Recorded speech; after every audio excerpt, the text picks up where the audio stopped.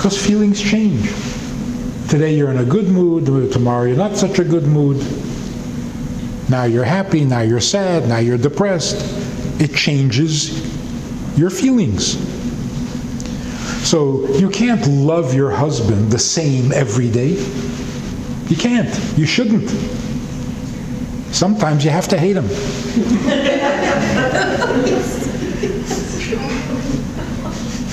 You're only laughing because you know it's true.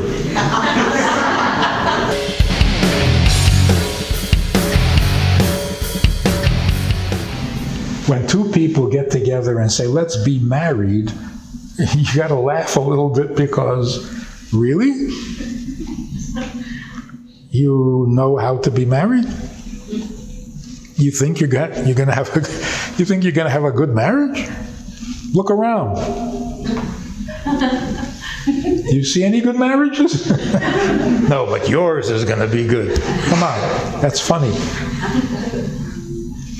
And besides, if you're gonna get married, don't marry somebody from the opposite gender.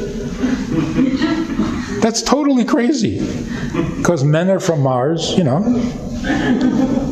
and women are from Venus. So Mars should marry Mars, and Venus should marry Venus.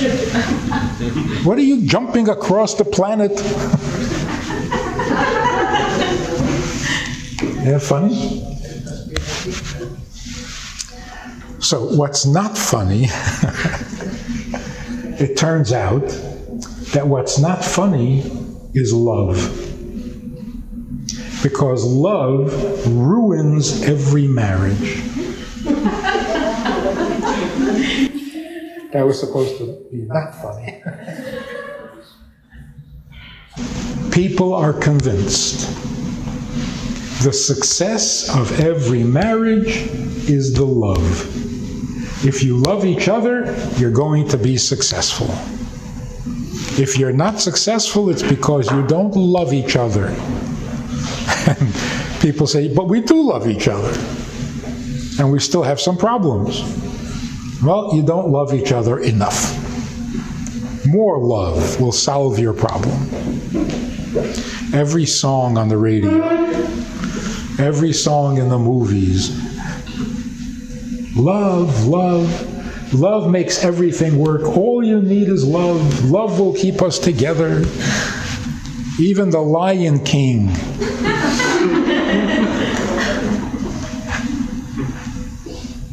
Are in love with each other. It's such a disaster. We gotta stop loving. Stop it. You're married. A couple came to me recently and said, we're really in love with each other, we want to get married. They want me to do the wedding. I said, you're in love with each other? They said, yeah. I said, well, then it's too late. Now you can't get married. They said, why not? I said, why do you want to get married? I said, because we love each other. So you already love each other. Why are you getting married? If you want to get married for love, and you already love each other, why do you have to get married? Isn't that a good question? What's the marriage going to do? Make you love each other more? No. It'll make it harder. No? It's much easier to love somebody you're not married to. Because then it's free. When you're married, you gotta at least be nice. And that's not easy. To be nice for the rest of your life? Come on. So let me ask you a question. What is the difference between love and devotion? What's the difference between love and commitment?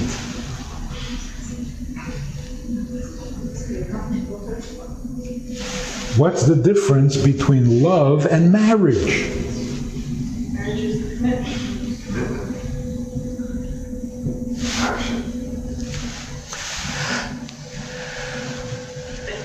Love might be something that you enjoy for yourself, and marriage is even something that doesn't benefit you, you do it for the other person.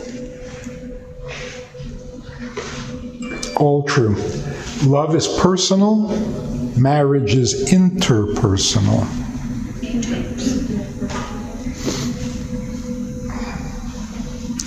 Marriage is a fact. You get married, you're married. You're now family. That's not a feeling. That's a fact. It's even a legal fact.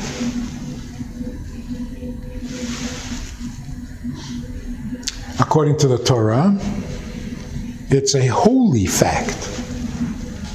Because adultery is the worst sin. Why is it a sin? Because you're married. So it's not a feeling, it's a fact, right? Now, a fact is much more powerful than a feeling, because feelings change. Today you're in a good mood, tomorrow you're not such a good mood. Now you're happy, now you're sad, now you're depressed. It changes your feelings. So you can't love your husband the same every day. You can't. You shouldn't.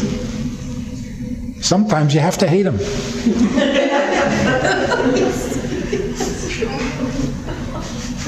You're only laughing because you know it's true. You live with a guy for 50 years and there was no reason ever to hate him? Come on. And if you're living with a woman for 50 years? No? Never? If you're going to have feelings, you're going to have feelings. You can't pick which feeling you're going to have.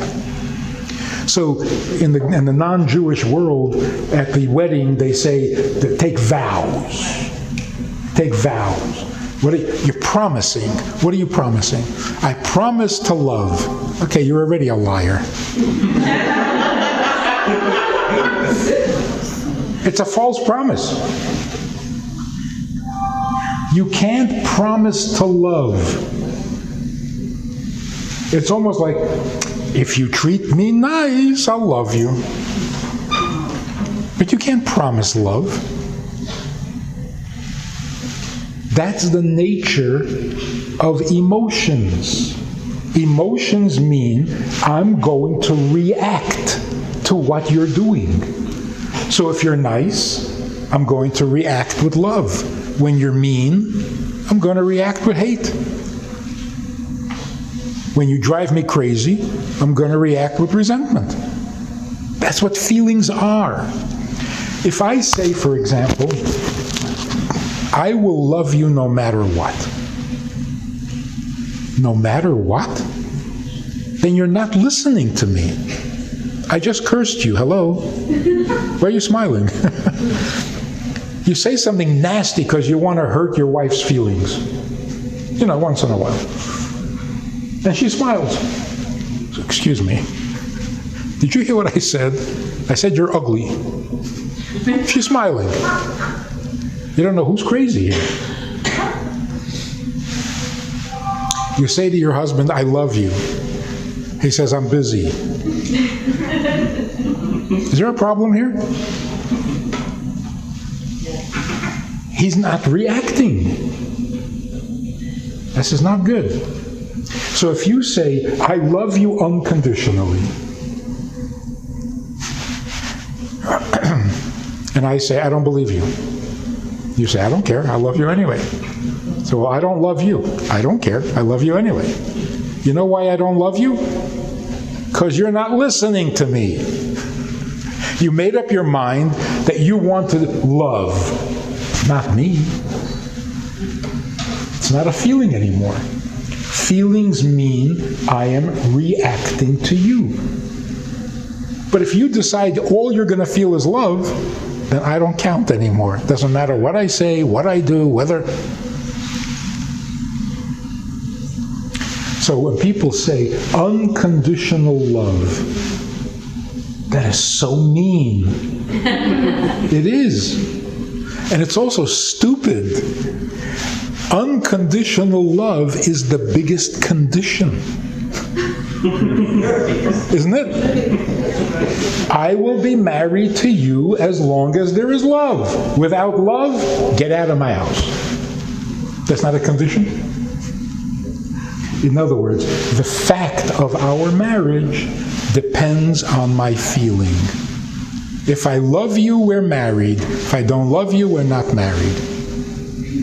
Then there is no marriage. It's not a marriage. It's a mood. Marriage is much more real than the feelings you have about your marriage. Make sense? Like, for example, your children. Your children are your children. You love them? Like right now?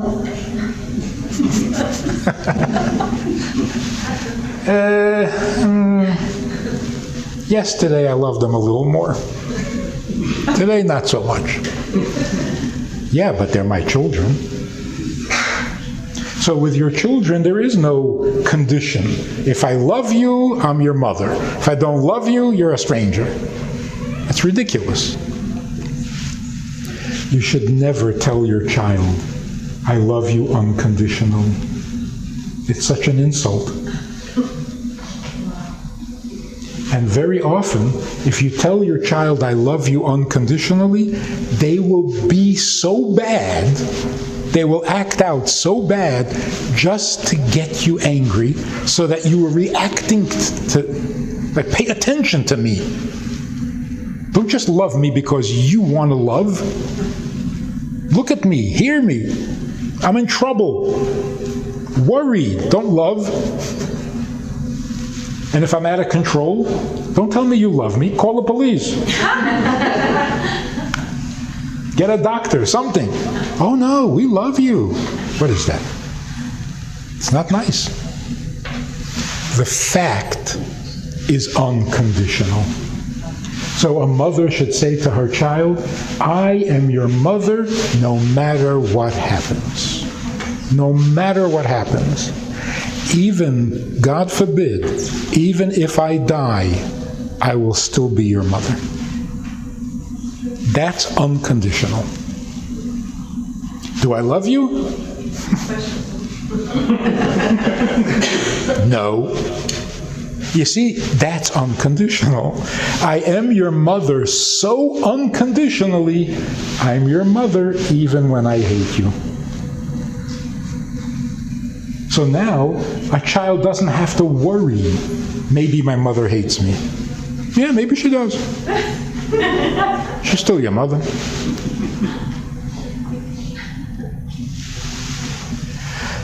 If a wife has to worry, is my husband still my husband? I think he's angry at me. Of course he's angry at you. And you deserve it.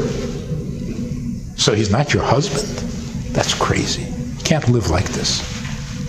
You can't live with a marriage that depends on a mood. It's not a marriage. The marriage has to be unconditional. Then you can have whatever mood you want. You don't love me today? I'll see you tomorrow. This week, no? Next week. But we are married. And that's the power or the miracle of our grandparents' marriages. They were married. Did they hate each other? Yeah. There was plenty to hate. Why not? So you say, well, you know, if you hate each other, why don't you get divorced? What? Live without her? That's crazy. So what were they angry about? Things. There was never a break in the marriage. The marriage is unconditional.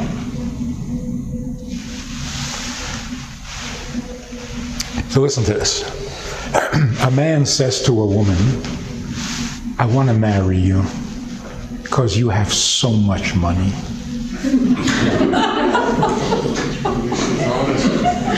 She's hot. Anybody ever say that to you? I want to marry you for your money. Terrible?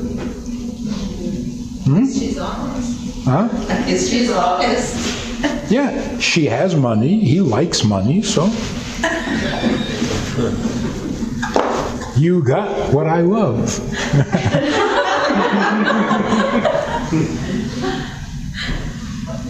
What is so terrible about that? So most people say, oh, what's going to happen if she loses the money? It's going to be bad. Not just for him, for her. Losing money is a bad thing. It should never happen to anybody. But what does it have to do with a marriage? Here's what's so bad about it. If I say I want to marry you for your money, what I'm really saying is, just give me the money. Right? Well, I just want the money. I have to marry you to get the money. Oh, fine, I'll marry you. But if you could just give me the money and go away, that would be perfect. You see the insult? I have to marry you to get the money? Okay. And that's why if the money goes away, there is no marriage. He was married to the money. She was just a complication. But here's the shocking thing. It's exactly the same if I marry you for love. I just want you to love me. So can you just love me and stay out of my way? Just give me your love, not your opinion. I don't want your opinion. I just want the love. I don't want to hear your problems. I don't want to hear your moods. I don't want to hear your opinion. Just give me the love and shut up. Isn't that insulting? It's like, do I have to marry you to get your love? Okay, fine, I'll marry you. But then if you don't love me, there's no marriage. I was married to the love, not to you. So here is what God is saying to us at Har Sinai. God says, I want to marry you. And we said, for what? He said, for nothing. You haven't done a thing for me yet. I just want you. Why? Because we're so religious? No, you're not religious. I haven't even given you the Torah yet. So God is saying, I'm not marrying you for money. I'm not marrying you for your looks. I'm not marrying you for your love. I'm not marrying you for your faith. I'm not marrying you because you're smarter or bigger or better. I just want you. Because you are mine. You're mine. That is so much better than love.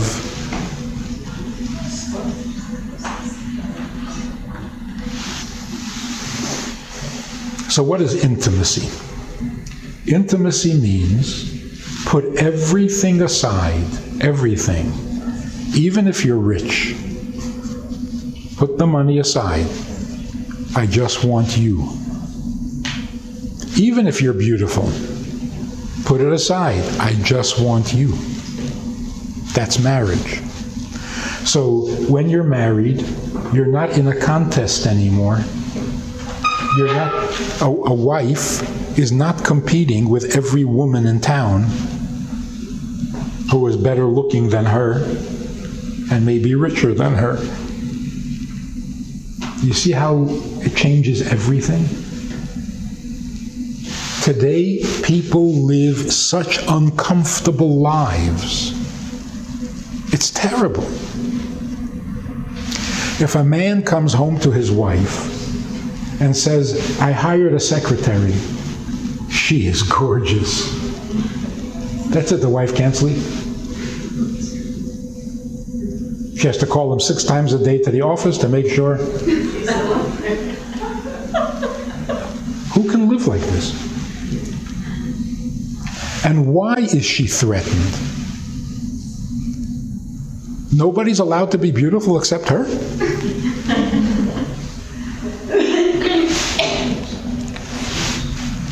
A man comes home, or no, a woman comes home and says, you know, my boss at work, he just bought a new car.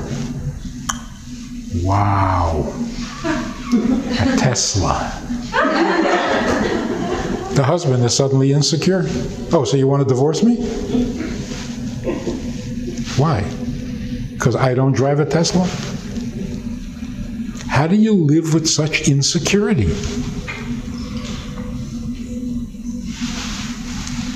Maybe this is pushing it a little too far. But if a woman comes home and says, my boss is such a nice guy, I love him. Yep. Oh boy. Why? Why? When you get married, you promise never to love anybody else for the rest of your life? Is that not crazy?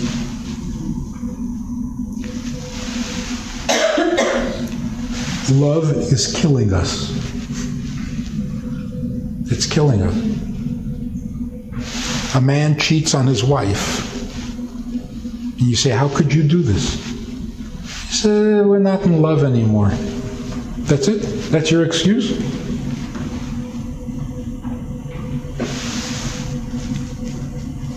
Love is not as important as Hollywood wants you to believe. Right? So take a look at the Torah. There's a mitzvah, the biggest mitzvah in the Torah is to love another Jew. Right? See how important love is? No. You see how important Jews are? There's a mitzvah to love God with all your heart. See? Love. No. God. Love means when somebody is important in your life, you should love them. Not today, tomorrow. And if you don't love them, they're still important. If you do love somebody and they're not important in your life, no matter how much you love them, they're still not important. Let's not confuse the two things. Like chocolate. You love chocolate. Is chocolate important? It's not important. It's lovable, but not important. Your brother, who you don't love, is important. So if you ask the average American kid, who's more important, your brother or your dog?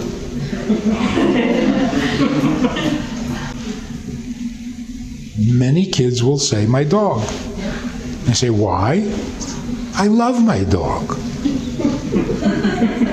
I don't love my brother. This is really bad. It's unhealthy. It's unnatural. It's Hollywood.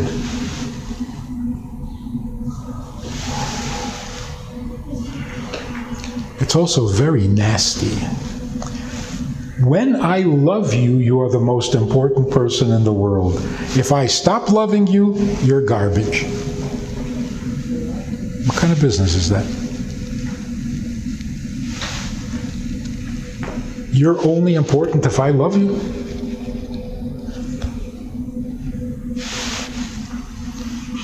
So, let's take a look at marriage. Marriage is not love forever with good sex. That's not marriage. That's what Hollywood thinks is marriage. Marriage is three things. Number one, kindness. If you want to be married, you have to be kind. So when a young person says, how do I know if I'm ready to get married? It's a good question. What does it take to be married? Well, the answer is the first thing, generous. You can't be married if you're not generous. If you want to keep all your money, don't get married.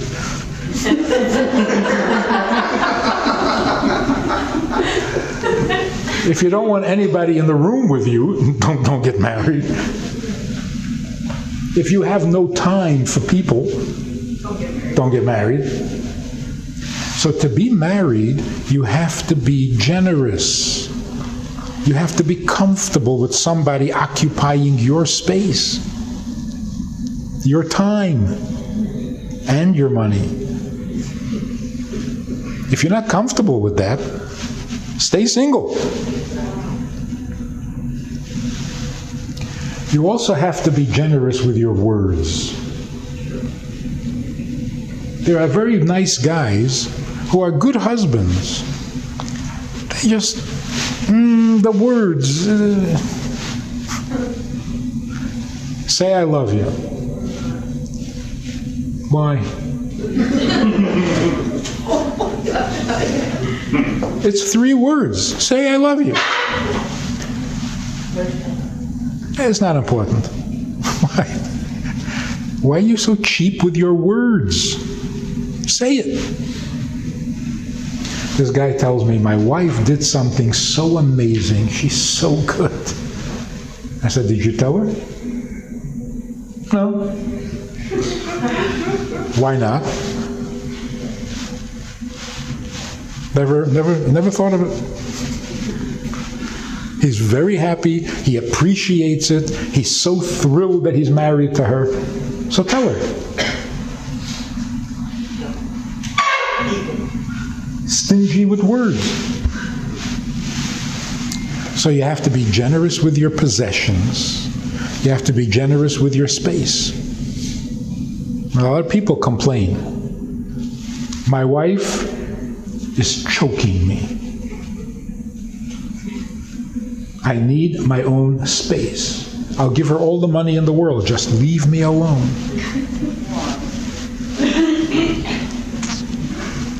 So, you want to know if you're ready to get married? How generous are you? How much room do you have in your universe for another person? Or 2 people? Or 3? Or 4? A whole family. The second thing that marriage is dignity. And this could be even more important. When 2 people live together for more than a week, they start to hate each other. Because you get familiar. You see people in their not so dignified moments. You lose respect. You start to look down at them. You realize they're not perfect. Like a picture. They're not a picture. Within a week, your relationship has gone down.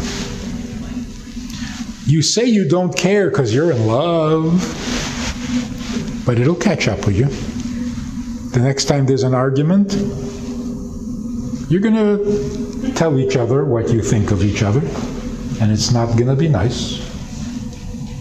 So this idea that once you get married, you can behave any way you want, you can do whatever you want, you can dress any way you want, he's going to love you anyway.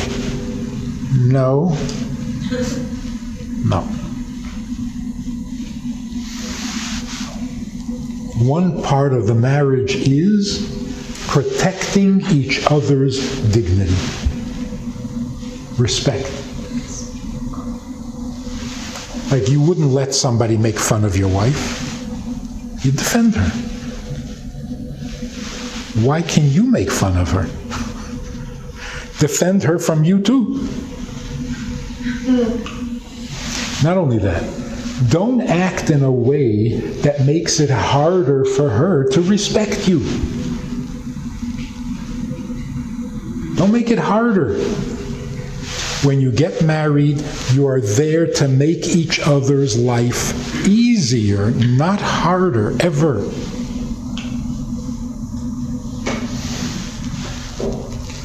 My father was robbed in his store. Many, many years ago, of course. A guy came in with a gun, wanted to rob him. Somehow he scared him off. Never told my mother that it happened. Because if he told her, then every night when he's at work, she'll be worried.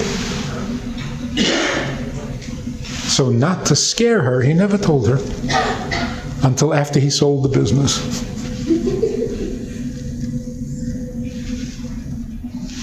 That's called respecting each other, keeping the dignity.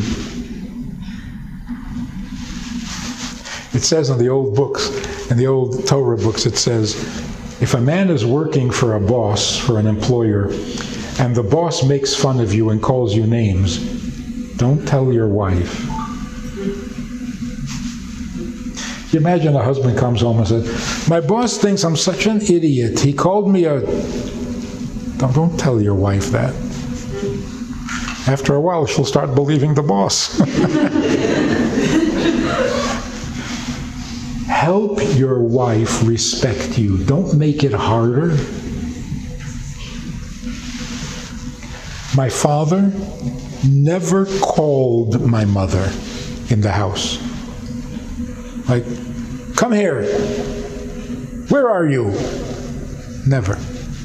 If he needed to say something to her, he went to where she was. Dignity. You call a dog, not your wife. These are the old days. Yes. I wish we lived in that era. Today you're nicer to your dog. But this is so important. There's a certain familiarity. You become very close, very familiar with each other, and it's comfortable, it's nice, you can relax. But then at the same time, you have to have a certain dignity. Like the rabbis say, you're not allowed to read your husband's mail. You're not allowed to read your wife's mail unless she tells you. There's a certain amount of privacy, dignity that you have to give each other. And that applies to email also. Don't read each other's mail. It's not dignified. Don't step on each other's toes emotionally. It's not dignified. There's a certain thing your husband doesn't want to talk about. Don't push it. Give him the dignity. If you don't want to talk about it, I will never. You're not his therapist. So don't probe, don't scratch where he doesn't want you to, and the same with a wife. So you have to be dignified with each other. I never understood why, if the doorbell rings, the guy's delivering pizza, you run to get dressed. But for your husband, not. You have more respect for the pizza guy? And they even use this expression, by the way. I got to get decent. You heard that expression? Oh, the bell rang. I got to get decent. What were you till now? Indecent.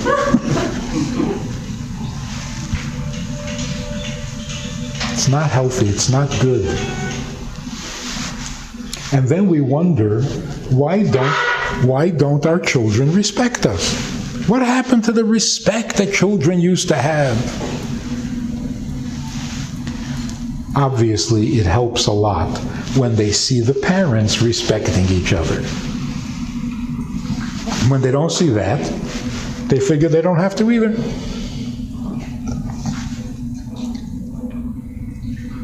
So even something like raising your voice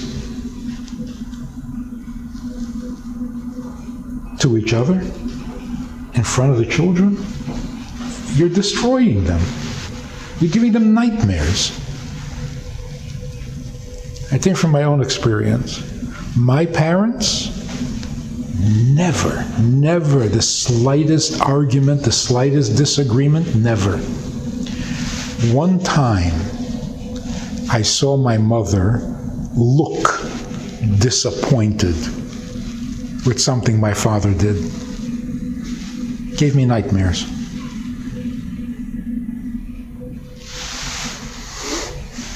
So, the second condition of marriage is, are you protecting each other's dignity? So running around indecent, like fathers say to their daughters, you can't go out dressed like that.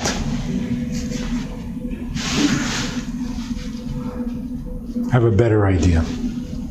If you dress like that, go out. Not in the house. What's more important, your house or the streets? Where do you need to be more dignified, proper, good? In the street? No, at home.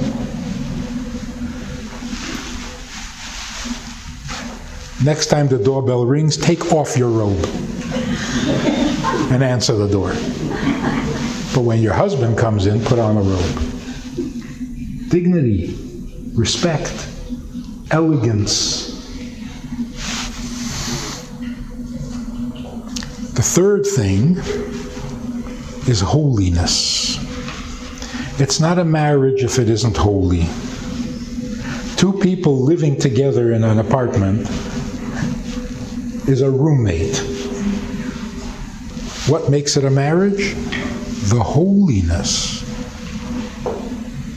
Marriage is God's idea, not a human idea. So if you're getting married, you're doing something holy. Every minute that you're married, you're doing something holy. So here's a final story. I was talking to one of my teachers,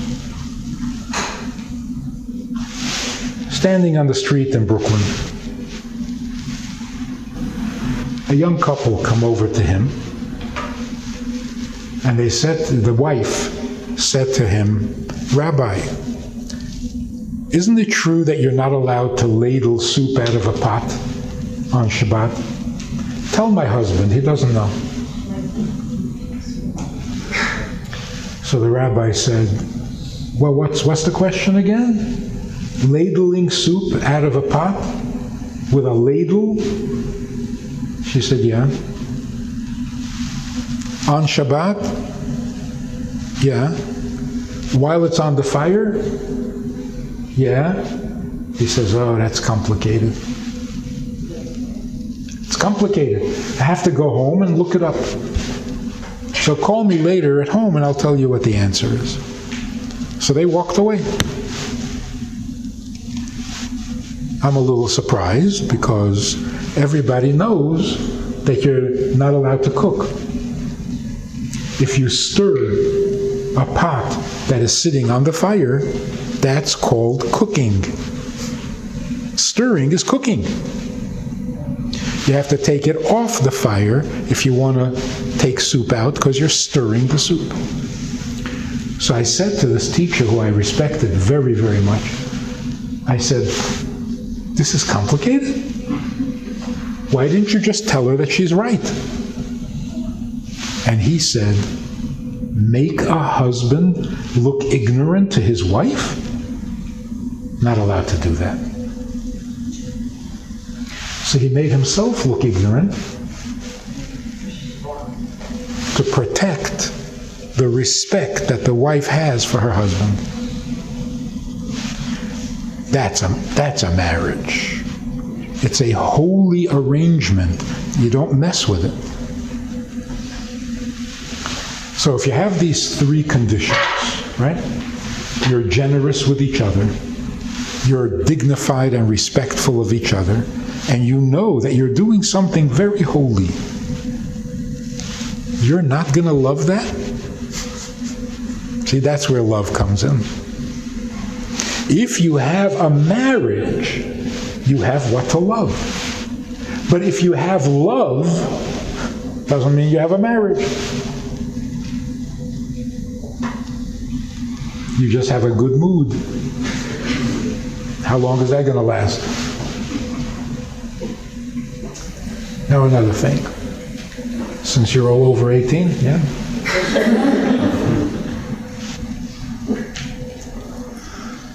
Intimacy is not sex, and sex is not intimacy. That's the other thing that is destroying our marriages. What is the difference between sex and intimacy?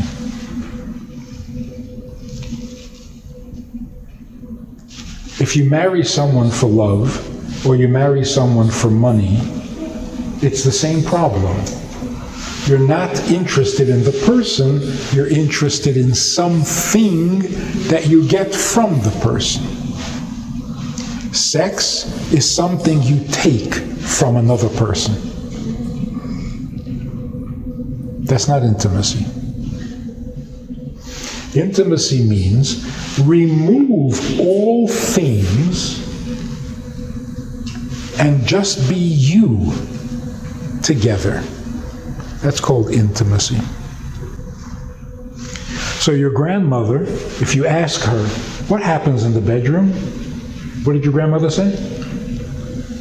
Nothing. Come on, what? Nothing. That's correct. In a bedroom, there is nothing. No things.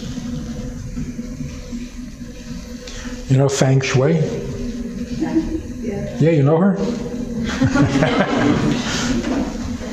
According to the philosophy of Feng Shui, you should not have a mirror in your bedroom because it feels like there is somebody else. It's so subtle, but there's another face. According to the Torah, here's how intimacy works. To be intimate, you have to remove everything and just remain yourself. So if you ask your grandmother, what happens in the bedroom? Nothing happens in the bedroom. It's just them. It's just him and her. What's a thing? He's not a thing. She's not a thing. There's no thing. If you allow anything to enter your intimate relationship, you ruin the intimacy.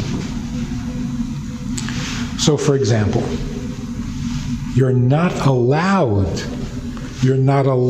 to be intimate if you're angry. If you're angry with each other. You're not allowed to be intimate if you're half asleep. You're not allowed to be intimate if you've had a few drinks. That's a big one. There are so many people in this country who have never been intimate when they were completely sober. There's always a few drinks before. And that ruins the intimacy. You're definitely not allowed to be intimate if you're thinking about somebody else. What are all these conditions? Something is in the room besides the two of you. And that's not kosher. No music, no sound, no television, no computer. In a bedroom, just he and she. No things. Because things are not intimate, they're just things. Sex is a thing. It does not bring you together. It keeps you apart. And that's why people are suffering. They're so miserable with their sex lives. Because it's a performance. You don't want to be judged. You're never in the mood enough. It's a terrible, terrible thing. If intimacy is simply two people with nothing between them, then it's always wonderful. But if you're trying to do something, are you good at this thing? It's terrible. It's pornography. So here I tell people on television, interviews, whatever, they say, so how do you go from just sex to intimacy? A simple, practical way: no lights so that you don't see anything. No radio, no television, you don't hear anything. And during the intimacy, no talking. Nothing. So you see nothing, you hear nothing, you say nothing. What's left? So I say this to people who are so vulgar, so corrupt, so secular, and when they hear this, they say, wow, no lights. Wow, yeah. Then there's just us. Oh, hello. When you have real intimacy, you become so bonded that the thought of divorce is not only scary, it's impossible. It's impossible. It's like leaving one of your arms at home when you go to work. You're so bonded that you never feel alone. And the biggest problem in today's world is that people feel alone. Even married, they feel alone. That should not happen.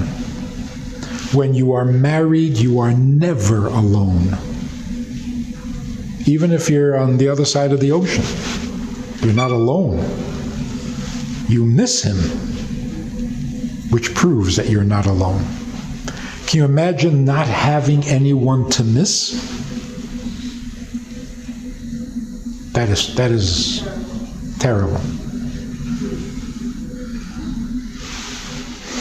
Even after a husband or a wife pass away, God forbid, you're not alone.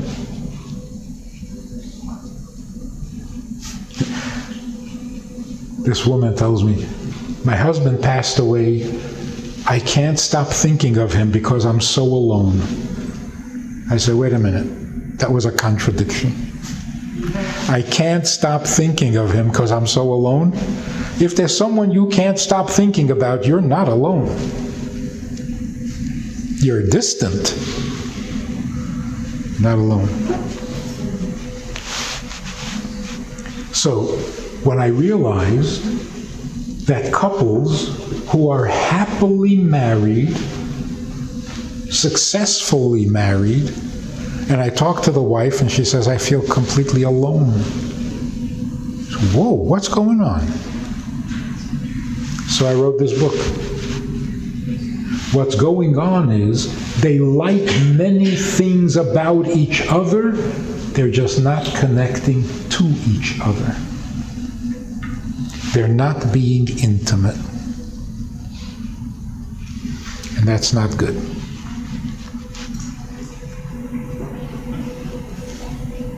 If we're saying that love is a mood, so how come the first paragraph of the Shema Yisrael starts with the Ahavta? Like, if it's just a mood and a state and an experience, like how can God say that to us and it's the first word of the prayer? That's why it just so happens that it is not the first word. The first word is Shema Yisrael. What is the next word? V'ahavta. And first, make sure that He is your only God. In other words, first make sure that your husband is God.